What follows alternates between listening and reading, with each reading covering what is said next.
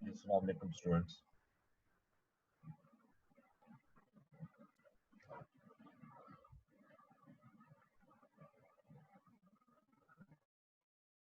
आज हम जरा एक पहले फर्स्ट सेशन में क्वेश्चन करेंगे कम्प्रीहेंसिव डिस्क्लोजर का IFRS 8 का, और सेकंड सेशन में इंशाल्लाह हम नेक्स्ट स्टैंडर्ड शुरू कर देंगे IFRS 9 financial instruments.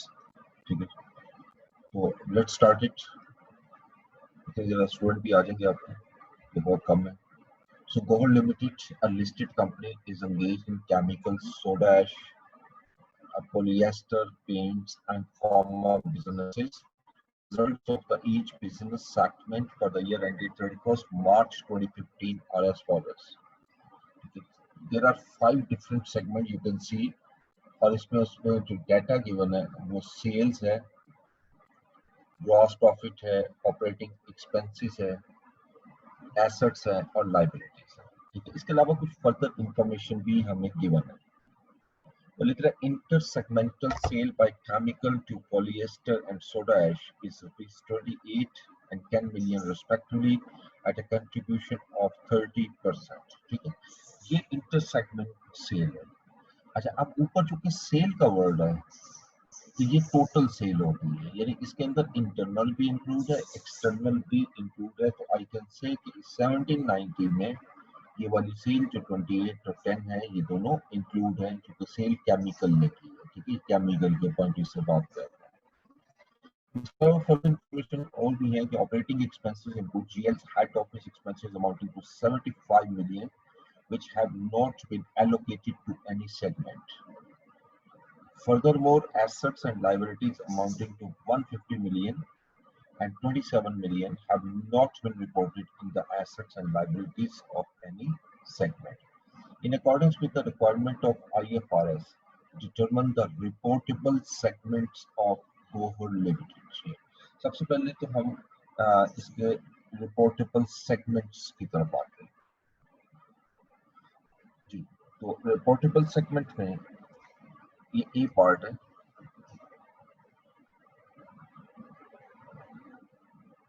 Part A.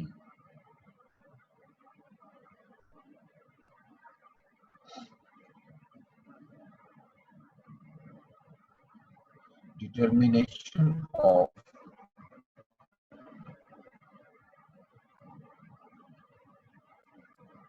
reportable segments।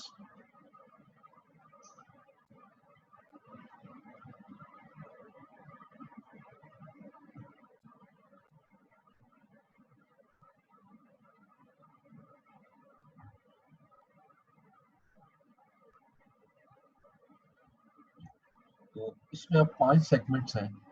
पहला रूल हमने क्या पढ़ा था, जो पहला पैराग्राफ पढ़ा था, नंबर 1। ठीक है, उसमें ए पॉइंट जो था नंबर 1 में,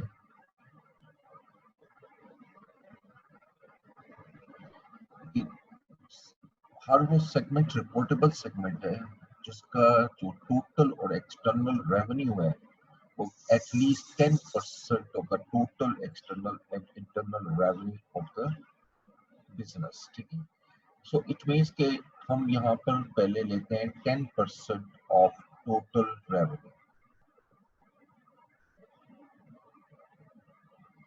टोटल रेवेन्यू, अब हम टोटल रेवेन्यू पहले कैलकुलेट कर लेते हैं। अब देखिए ये दिया हुआ, इसमें टोटल नहीं दिया हुआ तो हम टोटल कर लेंगे बोथ इंटरनल और एक्सटर्नल। क्योंकि ये सेल है, मैंने पहले बोला अगर सेल का वर्ड है तो ये दोनों सेल है, स्पेसिफाई नहीं किया हुआ। 216 प्लस 227 प्लस 247 प्लस 252, यानी है 2732। टोटल रेवेन्यू है 273।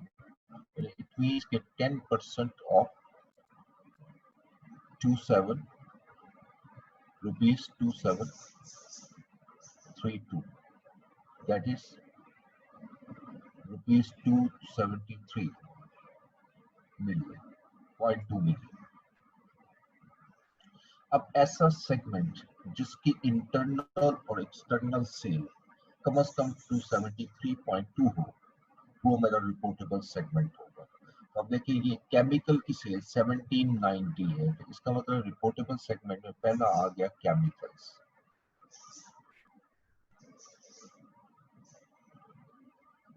उसके बाद 273 अगर देखते हैं तो इनमें चारों में कोई भी नहीं आता, तो एक ही सेगमेंट आया अभी तक मेरे पास, केमिकल सेगमेंट। ठीक है जी। सेकंड हमने पढ़ा था कि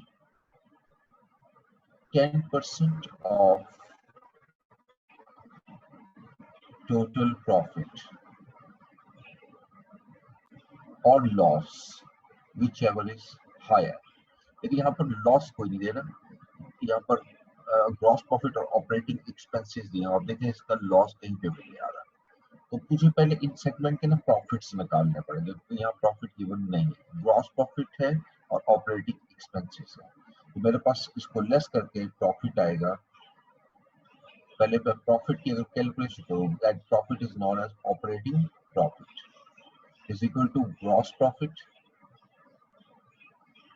minus operating expenses.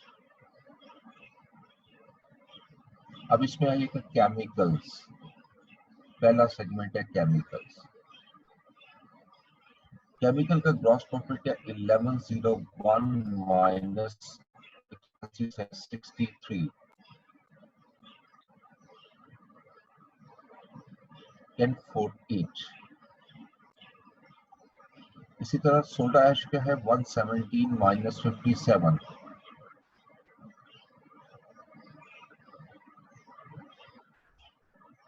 117 minus 57 and that is equal to 63। Soda ash के बाद है पॉलिएस्टर,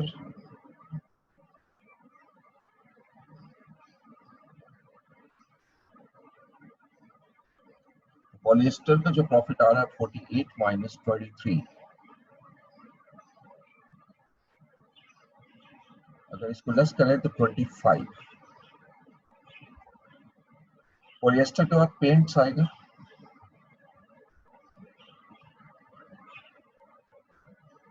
और पेंट्स को देखें 29 minus 16 which is equal to 13, और लास्ट आ रहा है मेरे पास फॉर्मा,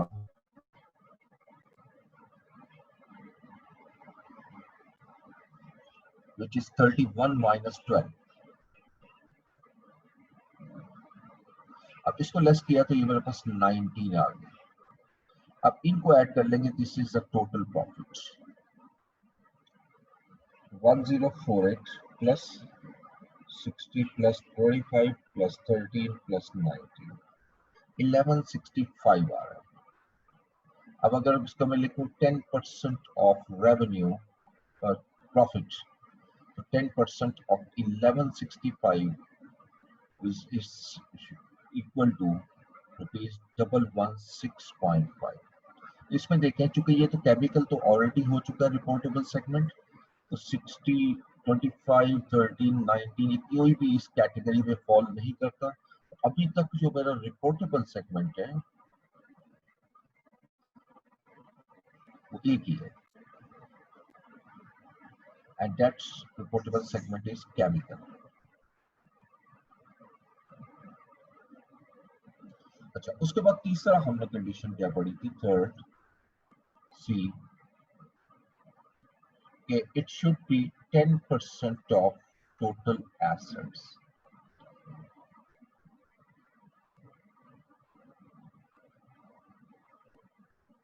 तो सर 10% आप देखिए टोटल एसेट्स का।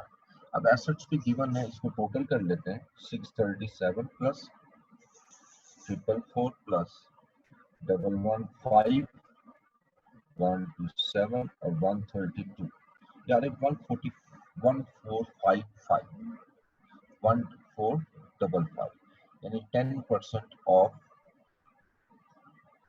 1455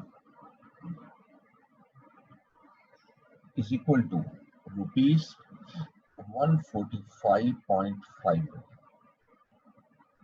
अब फाइनली देखते हैं मेरे रिपोर्टेबल सेगमेंट्स कितने होंगे। पहली कंडीशन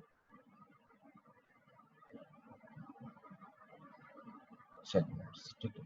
अब रिपोर्टेबल सेगमेंट देखें, यानी ऐसा सेगमेंट रिपोर्टेबल होगा, केमिकल तो हो चुका है ना, वो तो मैं लिखूंगा, इसके साथ और देखते हैं जिसका टोटल एसेट जिसके एटलीस्ट 145.5, ठीक है, तो केमिकल को छोड़ देते हैं। अब देखते हैं सोडा ऐश, इसके 444 है जो कि इस कंडीशन में फुलफिल हो रहा है। उसके बाद 145.5, इन तीनों में से कोई भी नहीं, ठीक है। सो अल्टीमेटली अब मेरे दो सेगमेंट जो है वो केमिकल है और सोडा ऐश जो है वो रिपोर्टेबल सेगमेंट है। अब नंबर 2 में आते हैं। 2 में हम देखते हैं, हमने पढ़ा था वही कंडीशन कि जहां पर जितने भी रिपोर्टेबल सेगमेंट्स आए हैं इनका जो टोटल एक्सटर्नल रेवेन्यू, ठीक है, that should be at least 75% of total external revenue of the organization।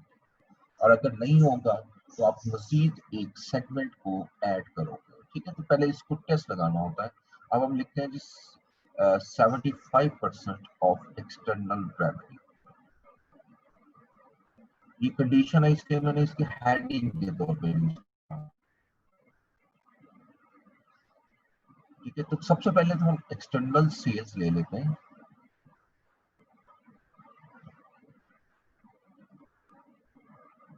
Of reportable segments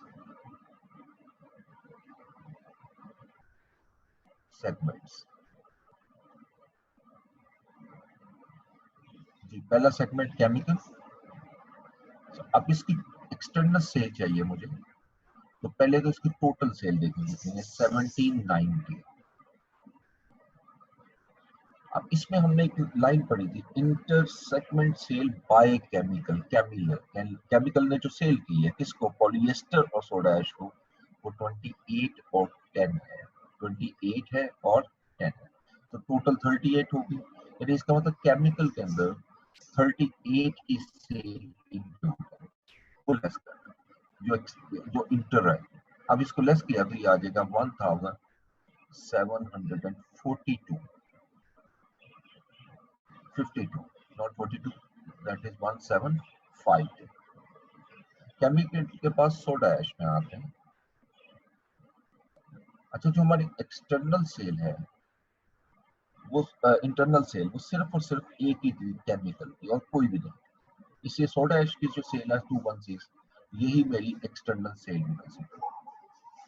अब इसको प्लस कर लें, 1968, ये टोटल, ये आगे सेल रिपोर्टेबल सेगमेंट की, ठीक है। और टोटल एक्सटर्नल सेल कितनी आएगी,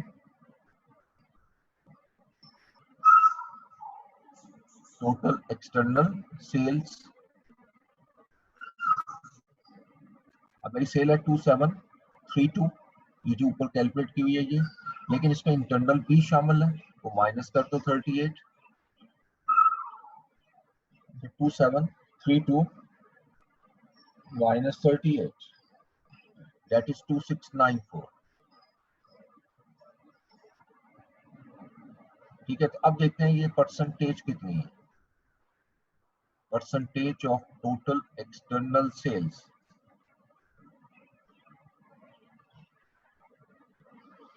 सो कैसे निकलेगी, ये आपकी 1968 divided by 2694 into 100, so 1968 divided by 2694 into 100, जो बन रही है 73.05%। जबकि इस कंडीशन के मुताबिक मेरी जो रिपोर्टेबल सेगमेंट है उसकी एक्सटर्नल सेल कम से कम 75% होनी चाहिए। क्योंकि ये कंडीशन को फुलफिल नहीं कर रहा, हमें एक सेगमेंट और ऐड करना पड़ेगा। अब इसके बाद कौन सा सेगमेंट ऐड करें, तीन है मेरे पास, पॉलिएस्टर, पेंट्स और फार्मा। इनमें सबका सबसे ज्यादा रेवेन्यू जो है वो फार्मा का है। अब तीसरा सेगमेंट ऐड कर लेते हैं, फार्मा,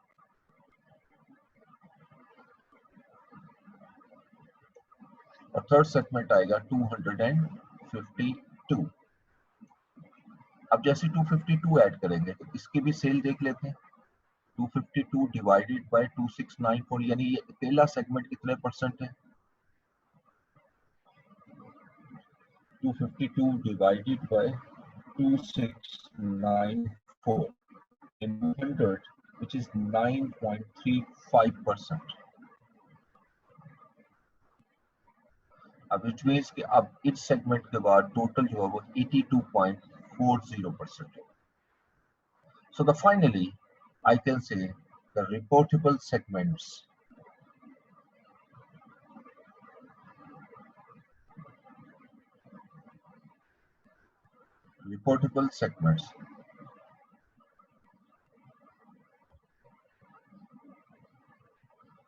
chemical,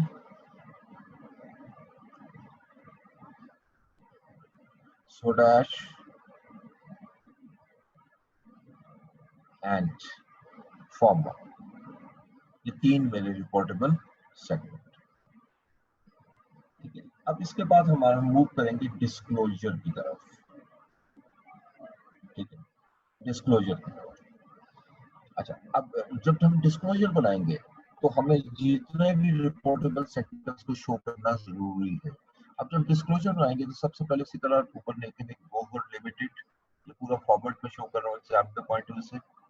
ये फुल डिस्क्लोजर बनाने लगे गोबर लिमिटेड. ठीक है, उसके बाद आप लिखेंगे notes to the accounts.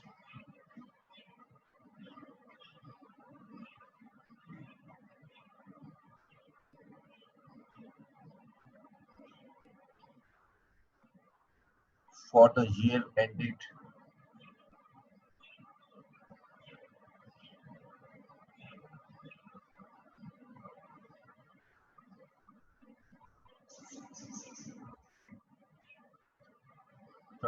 March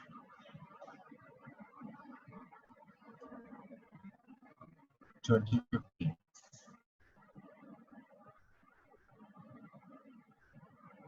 ठीक है जी. अच्छा, अब इसमें जो नोट्स होते हैं ना, पहले सारी फाइनेंशियल स्टेटमेंट्स के नोट्स होते हैं, एंड पे जाकर फिर हम ये बनाते हैं सेगमेंट का.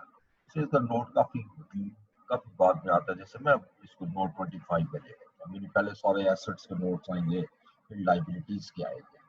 ठीक है, यहाँ लिखेंगे operating segments reporting, operating segment reporting.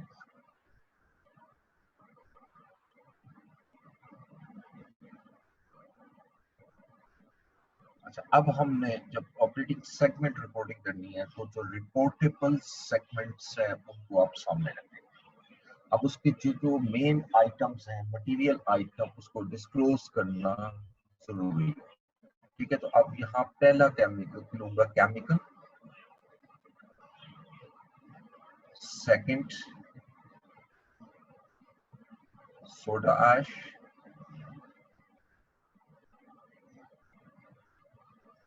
Third pharma. और उसके बाद फिर मैं लिखूंगा अदर. और एंड पे मेरा कॉलम आएगा टोटल का. प्लीज ये टोटल का कॉलम जो है, यहाँ मैं प्लस का साइन लगाता हूँ और यहाँ ले आता हूँ टोटल.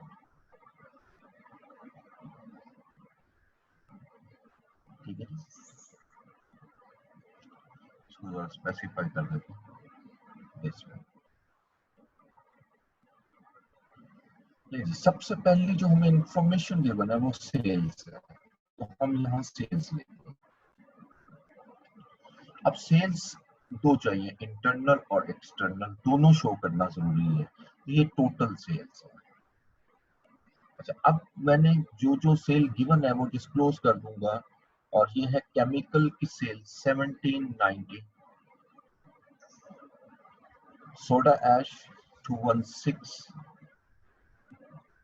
फार्मा 252. अच्छा, उसके बाद टोटल जो सेल है वो हम ऑलरेडी कैलकुलेट कर चुके हैं 2732. अब हम क्या करेंगे, 2732 में से माइनस कर देंगे ये तीनों सेगमेंट की सेल्स को. 1790 minus 216 minus 252, that is 474.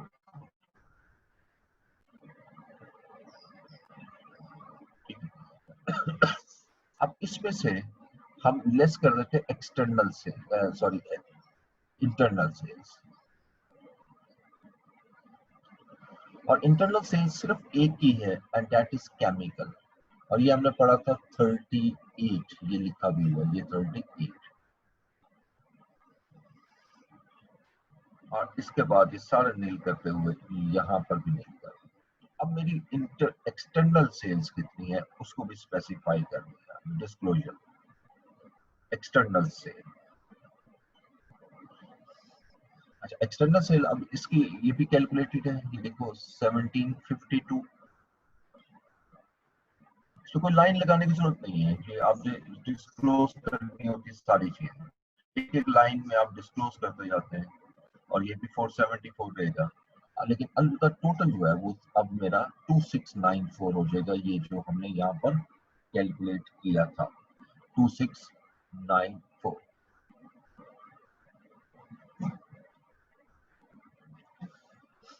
अच्छा इसके बाद हमें कौन सी इंफॉर्मेशन दी है, ग्रॉस प्रॉफिट। तो हम ग्रॉस प्रॉफिट को डिस्क्लोज करते हैं, जो इंफॉर्मेशन क्वेश्चन में दी हो ना आप डिस्क्लोज करते हैं, क्योंकि ये डिस्क्लोजर रिक्वायरमेंट भी होती है। अब ग्रॉस प्रॉफिट देखते हैं तो केमिकल का आ रहा है 1101, सोडा ऐश के 216, नो 117। एग्जामिनेशन में ओपन बुक होता है, आप इसका स्टैंडर्ड सामने रखें, डिस्क्लोजर सामने रखें, देखें कौन कौन सी आइटम गिवन है, जितनी गिवन है वो सारी लिख दें। 117 के बाद 57,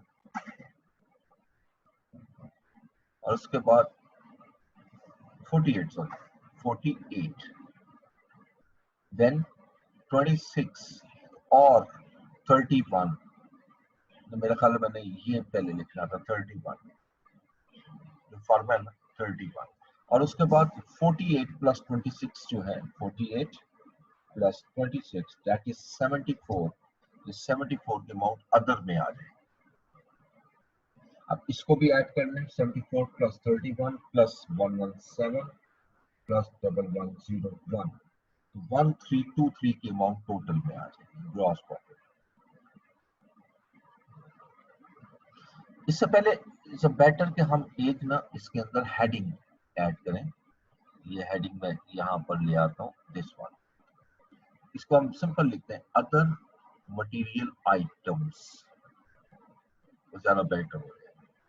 नहीं भी लिखेंगे कोई प्रॉब्लम नहीं, क्योंकि जो भी आप डिस्क्लोज कर रहे होते हो वो मटेरियल, अदर मटेरियल आइटम्स। अब अगर पब्लिश्ड अकाउंट देखो तो कई जगह पे नहीं लिखा होगा।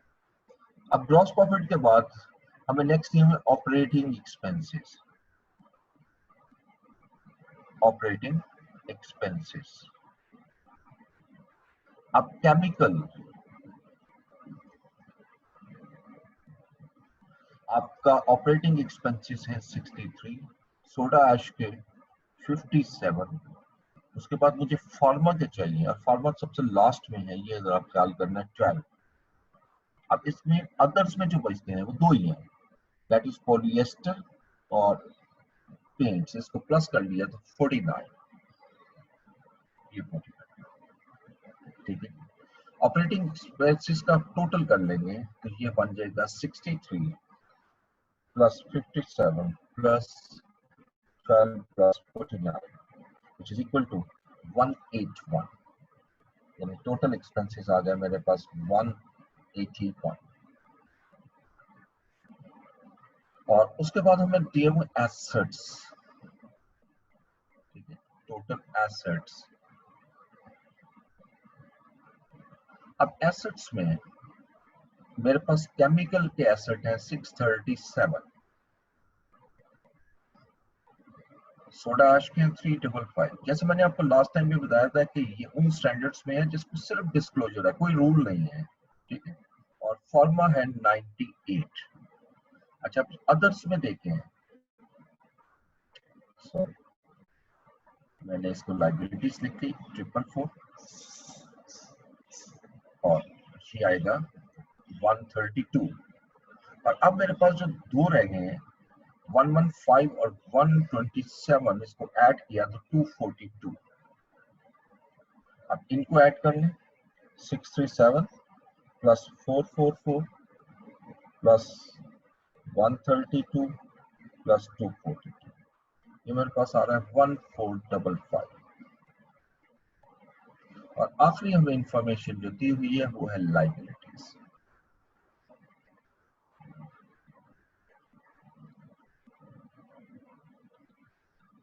अब लाइबिलिटीज में देखिए तो ये दिए हैं 442, 355,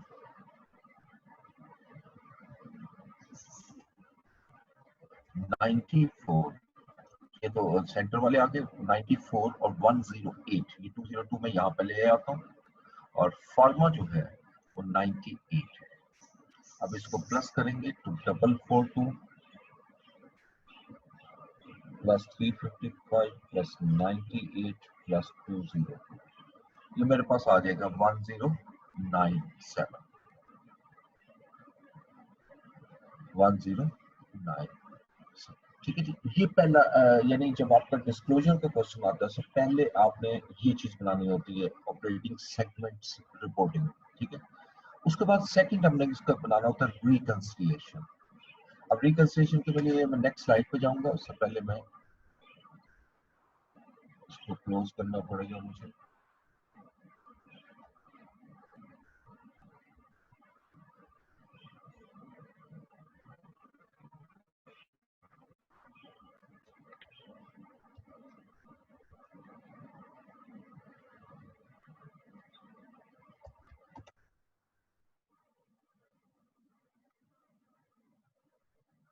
ओके, अब इसके बाद हमें बनानी होती है रिकंसिलिएशन, राइट। अब रिकंसिलिएशन के अंदर हम क्या करेंगे कि जो आपके हेड्स हैं यानी रिपोर्टेबल सेगमेंट, इसको अलग करेंगे। इसमें 5 चीजों का आपने बेसिकली करना होता है, यानी जो आपने करना था ये reconciliation: revenue, operating expenses, profit before tax, segment assets और लायबिलिटीज। ठीक है, तो ये 5 चीजों का हमें कैलकुलेशन करनी होती है। Okay, let's start. अब हम इसको सबसे पहले तो यहाँ नोट 25 लिया था, अब मैं लिखूंगा नोट 25.1 और इसमें लिखूंगा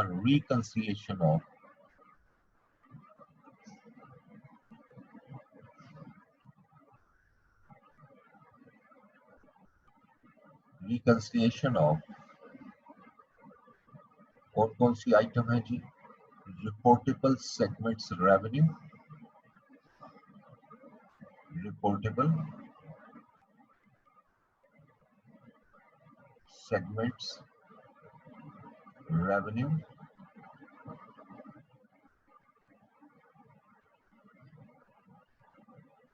ऑपरेटिंग एक्सपेंसेस, बल्कि सिंपल आप रेवेन्यू, प्रॉफिट्स और नेट एसेट्स लेते हैं हेडिंग। अच्छा, अब इसमें हमारे पास जितने भी रिपोर्टेबल सेगमेंट है इसको कंबाइन करते हैं। अब हमने एक लाना, यहां लिखूंगा मैं पहला रिपोर्टेबल सेगमेंट्स, रिपोर्टेबल सेगमेंट्स। ठीक है, इसका यहां आ जाएगा। फिर लिखूंगा other than reportable segments, other than reportable segments, यानी यहाँ पर आपको 5 के 5 सेगमेंट मेरे कंप्लीट हो जाते हैं। उसके बाद फिर आपने अगला कॉलम बनाना होता है एलिमिनेशन ऑफ इंट्रा ग्रुप। ये याद रखिएगा, इंट्रा ग्रुप जो होती है, इंट्रा सेगमेंट जो होती है, इंट्रा सेगमेंट ट्रांजैक्शन, ये फाइनेंशियल स्टेटमेंट का हिस्सा नहीं होती। इंट्रा सेगमेंट ट्रांजैक्शंस ये हमें एलिमिनेट करनी होती है। लेकिन इसके अलावा कुछ ऐसे इनकम, एक्सपेंस, एसेट और लाइबिलिटीज होती हैं जो कि आपका हेड ऑफिस की हिस्सा होता है, और ये आपकी बेसिकली किसी सेगमेंट में रिपोर्ट नहीं हुआ होते लेकिन फाइनेंशियल स्टेटमेंट में आ रहे होते हैं। अदर इन्वेस्टमेंट के तौर पर हम इसको भी लेते हैं। और आखिर में हम लेंगे टोटल, ठीक है जी, यानी टोटल। ये जो टोटल आ रहा है ना, ये फाइनेंशियल स्टेटमेंट्स में शो हो रहा है, फाइनेंशियल स्टेटमेंट का फिगर होता है और ये उससे रिकंसाइल होना चाहिए जी। तो सबसे पहली चीज जो हमारे पास आएगी दैट इज सेल्स। अच्छा, अब जो पिछली स्लाइड हमने खत्म की थी उसको भी मैं ले आता हूँ आपके सामने। आपको मेरा ख्याल क्वेश्चन नहीं नजर आ रहा होगा, मैं फुल शेयर कर देता हूँ इसके साथ।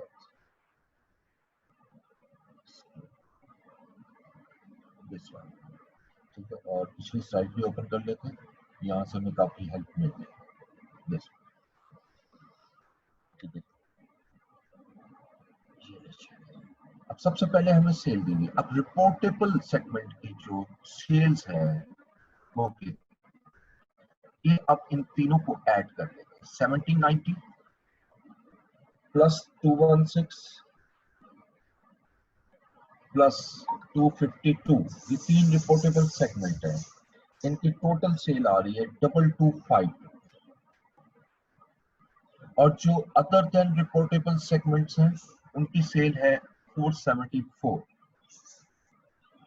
अब इसमें से आपने लेस करनी है, एलिमिनेट करनी है इंट्रा सेगमेंटल सेल। अब इंट्रा सेगमेंट सेल हमारी 38 है, वो माइनस कर। अदर एडजस्टमेंट इसमें क्वेश्चन में कोई नहीं है। अब अगर इसको सॉल्व करें, 2258 था सर, 522225, कैलकुलेटर पर मेरे पास 58 आ रहा है, प्लस 474 माइनस 38।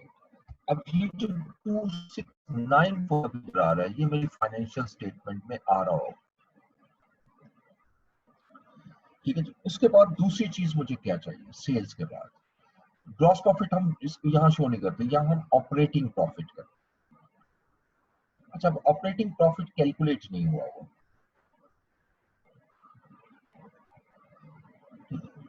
ग्रॉस प्रॉफिट हमें गिवन है। अब देखें, ये ग्रॉस प्रॉफिट है, ये ऑपरेटिंग एक्सपेंसेस। अगर हम इसको लेस करें तो 1101 माइनस 63, 1101 माइनस 63, तो ये मेरे पास आ जाता है 1038, ठीक है। अब चूंकि ये रिपोर्टेबल सेगमेंट है, ये 1038 पहला रिपोर्टेबल सेगमेंट हुआ। दूसरा 117 माइनस 57 विच इज 60, ये हमने कैलकुलेट किया हुआ सभी। ये देखिए, ये प्रॉफिट, ऑपरेटिंग प्रॉफिट आ रहा है 10% ऑफ प्रॉफिट। तो इसमें रिपोर्टेबल सेगमेंट जो है वो तीन आएंगे, 1048 केमिकल, 10, इसको टोटल कर लेते हैं, 1048 प्लस नेक्स्ट कितना है जी,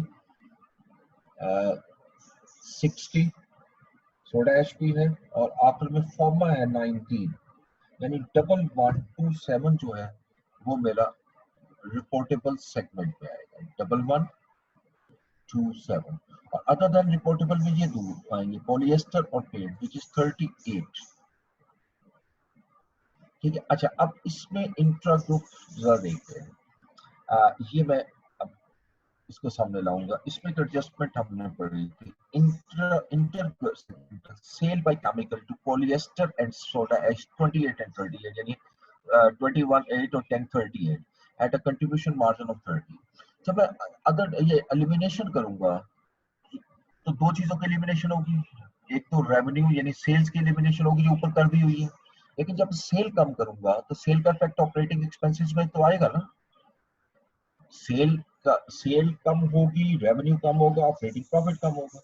लेकिन दूसरी तरफ इसकी कॉस्ट ऑफ सेल भी कम होगी। जब कॉस्ट ऑफ सेल कम होगी, ऑटोमेटिकली ग्रॉस प्रॉफिट भी बढ़ेगा और ऑपरेटिंग प्रॉफिट भी बढ़ेगा। और ये कह रहा है जी 70%, यानी 30% कंट्रीब्यूशन है, तो 38 का 70% लीजिएगा तो 27। तो जब ये दोनों एलिमिनेट करता हूँ तो उसका नेट इफेक्ट 11 हो जाता है, यानी इसका मतलब है 11 से प्रॉफिट कम होगा मेरा इंट्रा सेगमेंटल सेल। याद रखना कि यहाँ पर सारी की सारी ट्रांजेक्शन्स आ जानी है, इससे पहले जितनी भी थी जो इंट्रा सेगमेंटल है। अब 1127 प्लस 38 माइनस 11, अब इसको कैलकुलेट किया तो ये हमारे पास, अच्छा इसमें एक और भी एडजस्टमेंट है, सॉरी ये 75 वाला। नेक्स्ट वो लिखता है जी operating expenses include GL head office expenses 75 million which have not been allocated to any segment. यानी हेड ऑफिस के एक्सपेंसेस किसी सेगमेंट को नहीं आपने शो किए हुए, तो फाइनेंशियल स्टेटमेंट में तो शो हो रहे होंगे, लिहाजा इसमें से फर्दर 75 ये भी लेस कर दें, क्योंकि जिस वक्त आप ये एक्सपेंस रिकॉर्ड करोगे तो आपका प्रॉफिट कम हो जाएगा। 1079 इज द ऑपरेटिंग प्रॉफिट। इसके बाद हमें दिए हुए एसेट्स।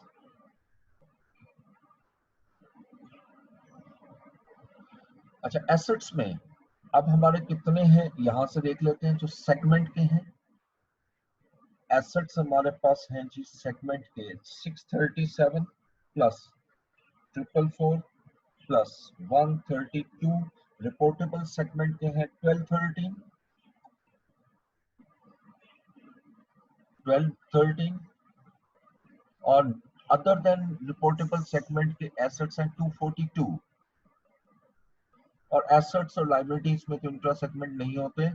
अदर एडजस्टमेंट में देखें तो एक एडजस्टमेंट और गिवन है, ये देखिए वो लिख रहा है further more assets and liability 150 million 27 million have not been reported in assets and liability of any segment।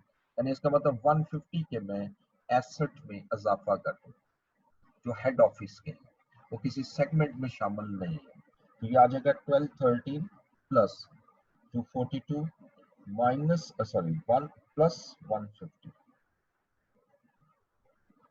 1605।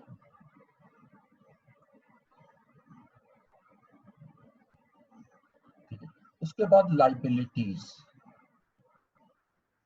अब इसी तरह आते हैं लाइबिलिटीज की तरफ, तो लाइबिलिटीज टोटल जो सेगमेंट की आ रही हैं वो 442 केमिकल की है, 355 सोडा ऐश की है और 98 895 और अदर देन 202 895 और 202 इंटरसेगमेंटल कोई नहीं, लेकिन अदर एडजस्टमेंट एक दी हुई है और अदर एडजस्टमेंट्स में हमें वो दे रहा है 27 मिलियन की लाइबिलिटी रिकॉर्ड नहीं हुई थी, तो 27 भी ऐड कर देते हैं। तो अब 895 प्लस 202 प्लस 27 दैट इज 1124। एक आइटम मेरी रह गई है इसमें जो दी हुई है ऑपरेटिंग एक्सपेंसेस, वो भी शो करने होते हैं, प्रॉफिट एक ही शो करना होता है। ऑपरेटिंग एक्सपेंसेस, ऑपरेटिंग एक्सपेंसेस, अब देखते हैं जी इसके कितने हैं ऑपरेटिंग एक्सपेंसेस। 63 प्लस 57 प्लस 12 ये बनते हैं 132 और 49 है अदर वाले। 132 plus 49 intra segmental operating expenses कोई नहीं है, लेकिन अदर एडजस्टमेंट यानी 75 मिलियन के हेड ऑफिस के एक्सपेंसेस हैं वो ऐड करोगे, एक्सपेंसेस बना रहा हूँ, एक्सपेंसेस में ऐड होगा, प्रॉफिट में ये कम होगा, तो ये 256 की अमाउंट हमारी फाइनेंशियल स्टेटमेंट में शो हो रही है। इन शॉर्ट ये जो आखिरी कॉलम हम कैलकुलेट करते हैं एग्जैक्टली वो अमाउंट होती है जो आपकी स्टेटमेंट ऑफ कंप्रीहेंसिव इनकम और स्टेटमेंट ऑफ फाइनेंशियल पोजीशन में आ रही है। ठीक है, तो ये क्वेश्चन होता है, ये एक ही क्वेश्चन आपकी बुक में बड़ा कंप्रीहेंसिव दिया हुआ था और अगर ये क्वेश्चन आएगा तो शायद लॉन्ग क्वेश्चन बन जाए, अदरवाइज ये शॉर्ट क्वेश्चन में से ही ज्यादा आ रहा होता है। तो इंशाल्लाह मैं आपको 2-4 क्वेश्चन और बनाऊंगा और आफ्टर रमजान में आपको दूंगा जिसको हम रिविजन करेंगे, उस वक्त इसको दोबारा करेंगे। अब हम नेक्स्ट हमारा शुरू होने वाला है, ये खत्म होगा सेशन, नेक्स्ट सेशन में जाऊंगा और अब इंशाल्लाह हम मूव करेंगे फाइनेंशियल